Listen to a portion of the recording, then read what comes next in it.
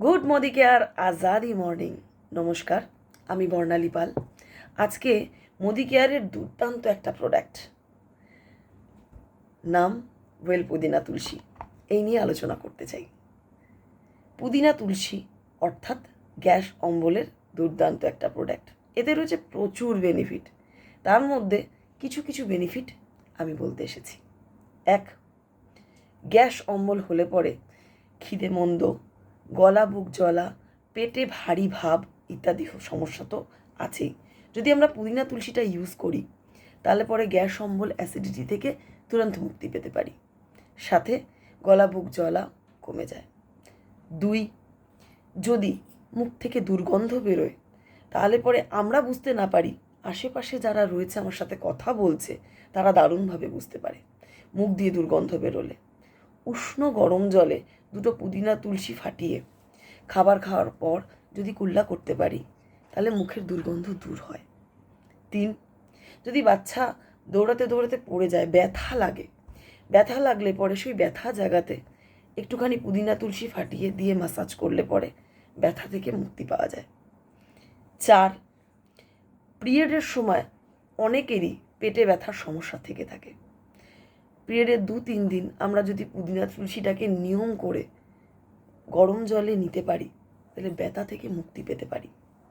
Stress 5, এটা তো সকলেরই সমস্যা। কোথাও গেলে সমস্যা, স্ট্রেস, কাজ, এত ক্লান্তি, সেখান থেকে মুক্তি পেতে পুদিনা তুলসী দারুণ কাজ করে।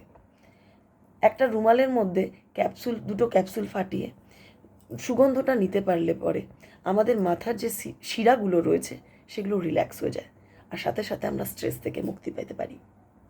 6, যদি মশা কামড়ায় সেই মশা কামড়ানো জায়গাতে প্রচণ্ড চুলকায়, সাথে ফুলে যায়। পুদিনা তুলসীতে রয়েছে অ্যান্টি ইচিং প্রপার্টি, এটা ইউজ করলে পরে ফোলা ভাব তো দূর করেই, আর চুলকানির সমস্যা থেকে মুক্তি পেতে পারি।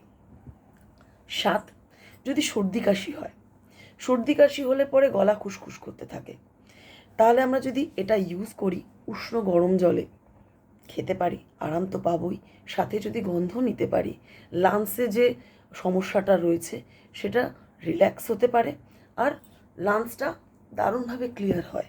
তো আমরা পুদিনা তুলসীটা এর জন্য ব্যবহার করতে পারি।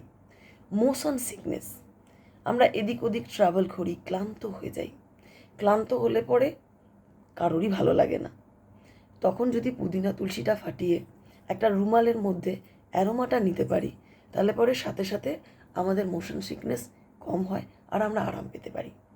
ট্রেনে বাসে ট্রাভেল করলে পরে গা গোলায়, মাথা ভারী হয়ে যায়, ভালো লাগে না, অনেকেরই আছে এই সমস্যা হয়।